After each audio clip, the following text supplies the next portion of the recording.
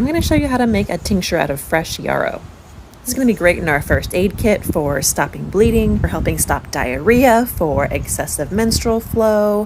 One of my favorite ways is to help sweat out a fever too. So I'm going to show you the folk method for doing this. It's a really simple process, and it's going to apply to any fresh herbs you want to tincture for the most part. Now you can start with any size container you have. Make sure it's glass, not plastic. We want to make sure the jar is just big enough to fit all of our plant material in pretty snugly.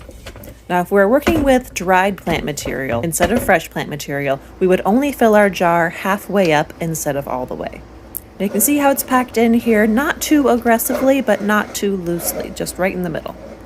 Now, there's a lot of different schools of thought for how strong the alcohol should be that you extract into. But you always want to use at least 50% alcohol. That's 100 proof vodka.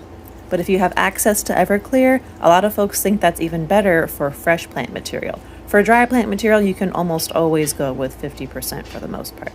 We just want to make sure our plant material is completely covered all the way to the top with no little bits sticking out at all.